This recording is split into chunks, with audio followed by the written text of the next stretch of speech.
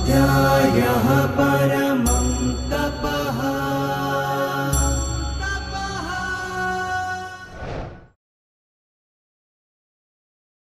सर्वेभ्यः नमो नमः।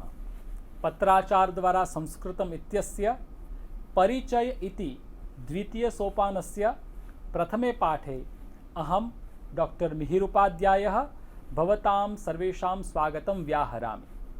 મિત્રો, પ્રથમ પાઠના અધ્યયનના ક્રમમાં હવે આવે છે સંધિનો વિષય।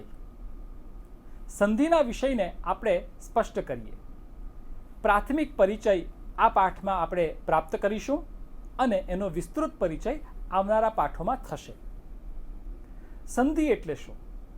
શબ્દોનું અત્યંત સામીપ્ય, અથવા તો આપણે એવું કહીએ વર્ણોનું અત્યંત સામીપ્ય, એને સંધિ કહેવામાં આવે।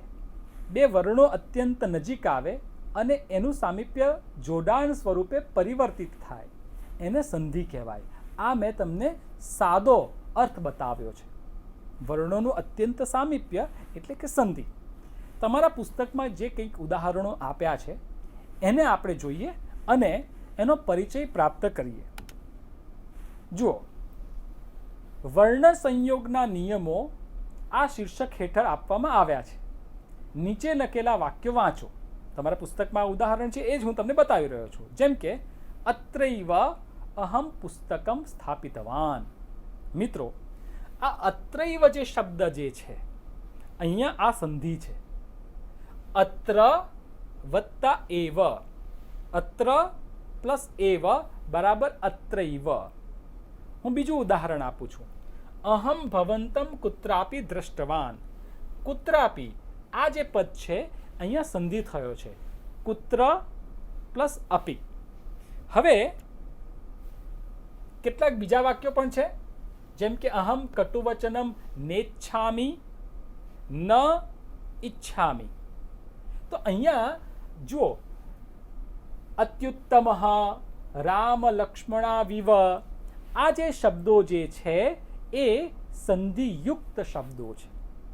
બે શબ્દો જોડાય, બે શબ્દો એટલે કે શબ્દો, બે શબ્દોના વર્ણો જોડાય। શબ્દોનો એટલા માટે ઉલ્લેખ કરું છું કે દાખલા તરીકે તમે એમ કહેશો કે જુઓ અહીંયા તમને આપ્યું છે કે કુત્ર પ્લસ અપી। આમ કુત્ર અને અપી આ બે જુદા જુદા શબ્દ છે, પણ સંધિ હંમેશા બે વર્ણો વચ્ચે થાય છે, બે લેટર્સ વચ્ચે થાય છે। અહીંયા કુત્રમાં ત્ર છે, ત્રમાં અ અને અપીનો અ, એટલે અ વત્તા અ બરાબર આ। પ્રાથમિક સંધિ તમે ગુજરાતીમાં પણ ભણ્યા હશો, તો કુત્ર પ્લસ અપી બરાબર કુત્રાપી। એટલે મારું કહેવાનું તાત્પર્ય એ છે કે બે વર્ણો વચ્ચે, એટલે તમે પૂર્વપદ અને ઉત્તરપદ આવા શબ્દો સાંભળ્યા હશે। સંધિ હંમેશા પૂર્વપદના અંતિમ વર્ણ અને ઉત્તરપદના પ્રથમ વર્ણ વચ્ચે થાય। હા, અહીંયા પાછું જોઈએ, તમે જુઓ દાખલા તરીકે કુત્ર છે અને અપી છે, તો આ કુત્રને આપણે પૂર્વપદ તરીકે ઓળખીએ છીએ, અપીને આપણે ઉત્તરપદ તરીકે ઓળખીએ છીએ।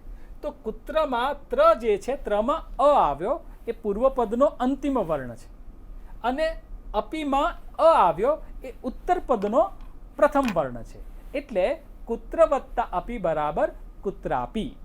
તો સંધિનો આ એક પ્રાથમિક નિયમ તમે જાણ્યો કે બે વર્ણો અત્યંત સમીપ આવે એને સંધિ કહીશું, અને સંધિ હંમેશા પૂર્વપદના અંતિમ વર્ણ અને ઉત્તરપદના પ્રથમ વર્ણ સાથે થાય છે। અહીંયા જુઓ, આ બધા શબ્દો એકથી વધુ શબ્દોના જોડાણથી બન્યા છે। જેમ કે અત્ર વત્તા એવ બરાબર અત્રૈવ, કુત્ર પ્લસ અપી કુત્રાપી, ન પ્લસ ઈચ્છામી નેચ્છામી ઇત્યાદિ। અહીં પ્રથમ શબ્દના અંતિમ વર્ણ અને દ્વિતીય શબ્દના આદિ વર્ણના યોગથી નવો વર્ણ ઉત્પન્ન થયો, અને નવા વર્ણની ઉત્પત્તિ કરનાર આવા યોગને જ સંધિ કહેવામાં આવે છે, જે મેં તમને સમજાવ્યું। હવે વર્ણના બે વિભાગ છે, એક છે સ્વર અને બીજું છે વ્યંજન। સ્વરોના જે સંયોગ હોય, સ્વરોના યોગને સ્વર સંધિ કહેવામાં આવે છે। મિત્રો, બે સ્વર જોડાય સ્વર અને વ્યંજનથી આપ ભલીભાંતિ પરિચિત છો. જ્યારે બે સ્વર જોડાય ત્યારે સ્વર સંધિ કહેવામાં આવે છે. એટલે સ્વરોના સંયોગને સ્વર સંધિ કહેવામાં આવે છે. સ્વર અને વ્યંજનના યોગને અથવા તો વ્યંજન અને વ્યંજનના યોગને વ્યંજન સંધિ કહેવામાં આવે છે. અને જ્યારે વિસર્ગ, જે યોગમાં વિસર્ગ હોય એને વિસર્ગ સંધિ કહેવામાં આવે છે. મિત્રો, આમ મુખ્ય પ્રકારે 3 સંધિઓ છે: સ્વર સંધિ, વ્યંજન સંધિ અને વિસર્ગ સંધિ. હું એકવાર પાછું પુનરાવર્તન કરીશ. સ્વર અને વ્યંજનના યોગને અથવા તો વ્યંજન અને વ્યંજનના યોગને વ્યંજન સંધિ કહેવામાં આવે છે. બે સ્વર જોડાતા હોય તો એ સ્વર સંધિ થયો, અને વિસર્ગ જ્યારે જોડાતો હોય, વિસર્ગ સાથે કંઈ વિકાર ઉત્પન્ન થતો હોય ત્યારે વિસર્ગ સંધિ થતો હોય છે. આમ સ્વર સંધિ, વ્યંજન સંધિ અને વિસર્ગ સંધિ, આ 3 પ્રકારે સંધિ વહેંચાયેલા છે. અહીંયા આપણે કેટલાક ઉદાહરણો જોઈએ. જુઓ, એક સ્વરની સાથે બીજો સ્વર જોડાય ત્યારે જે ધ્વનિ વિકાર ઉત્પન્ન થાય એને સ્વર સંધિ કહેવામાં આવે છે. તમને કહ્યું ને, સ્વર સંધિ, વ્યંજન સંધિ અને વિસર્ગ સંધિ, આ સંધિના 3 પ્રકાર છે. તો અહીંયા સ્વર સંધિનો પરિચય કરાવ્યો કે એક સ્વરની સાથે બીજો સ્વર જોડાય અને જ્યારે કંઈક વિકાર ઉત્પન્ન થાય ત્યારે એને સ્વર સંધિ કહેવામાં આવે છે. અહીંયા ઉદાહરણો તમે જુઓ. અહીંયા કુત્ર પ્લસ અપી. કુત્રમાં ત્ર છે, ત્રની અંદર અંતિમ વર્ણ છે અ, અને અપીમાં પ્રથમ વર્ણ છે અ. તો અહીંયા અ પ્લસ અ બરાબર આ. અને જ્યારે સંપૂર્ણ જોડાશે શબ્દ તો કુત્રાપી, એટલે અહીંયા અકાર અને અકાર, અ એ સ્વર છે એટલે બે સ્વરનું જોડાણ થયું, એટલે અહીંયા આ સંધિને સ્વર સંધિ કહેવામાં આવે છે. નેચ્છામીમાં પણ જુઓ તમે, ન પ્લસ ઈચ્છામી. નમાં અંતિમ વર્ણ છે અ, તો અ પ્લસ ઈ બરાબર એ. આ બે વર્ણો જોડાયા એટલે જુદા જુદા વિકારો ઉત્પન્ન થાય છે, જુદા જુદા ધ્વનિઓ ઉત્પન્ન થાય છે. જ્યારે સંધિને આપણે વિસ્તારથી ભણીશું ત્યારે સંધિના પ્રકારો સ્પષ્ટ થશે. જેમ કે બે સમાન વર્ણ ઉત્પન્ન થતા હોય એને સવર્ણ દીર્ઘ સંધિ કહેવામાં આવે ઇત્યાદિ. એનો ઉલ્લેખ અત્યારે નથી કરતો, પણ એનું સ્વરૂપ હું તમને સમજાવી રહ્યો છું. જુઓ અહીંયા અત્યુત્તમમ, તો અતિમાં અંતિમ વર્ણ ઈ છે અને ઉ છે, તો ઈ અને ઉ બરાબર યુ થઈ ગયો. તો અહીંયા એક સંધિનો પ્રકાર છે, તો એ યુ આવ્યો એટલે અત્યુત્તમમ. તો અહીંયા જુદી જુદી રીતે બે વર્ણોના જોડાણથી, અને બે વર્ણો એટલે અહીંયા કયા બે વર્ણો કયા છે?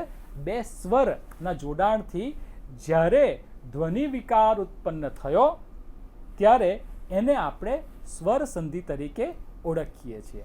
તો અહીંયા કેટલાક ઉદાહરણો આપણને આપ્યા છે. મિત્રો, ઉદાહરણો જે છે, હવે પ્રાથમિક સ્વરૂપ જે છે એ સંધિનું આપણને સ્પષ્ટ થયું છે. બાકીના વિસ્તૃત ઉદાહરણો જે છે એ આવનારા પાઠોમાં સંધિ વિશે આપણને ભણાવવામાં આવશે. એના નિયમો સ્પષ્ટ કરવામાં આવશે, જેથી સંધિ વિષયને આપણે સરળતાથી સમજી શકીએ. આપણે એટલું તો સમજી જ ચૂક્યા છે કે બે વર્ણોનું અતિશય સામીપ્ય જે છે એ સંધિ કહેવામાં આવે છે, અને સ્વર સંધિ, વ્યંજન સંધિ અને વિસર્ગ સંધિ એના મુખ્ય 3 પ્રકાર હોય છે. તો આ સંધિનો પરિચય થયો. આવતા પાઠોમાં આપણે વિસ્તારથી સંધિનું અધ્યયન કરીશું. ધન્યવાદ.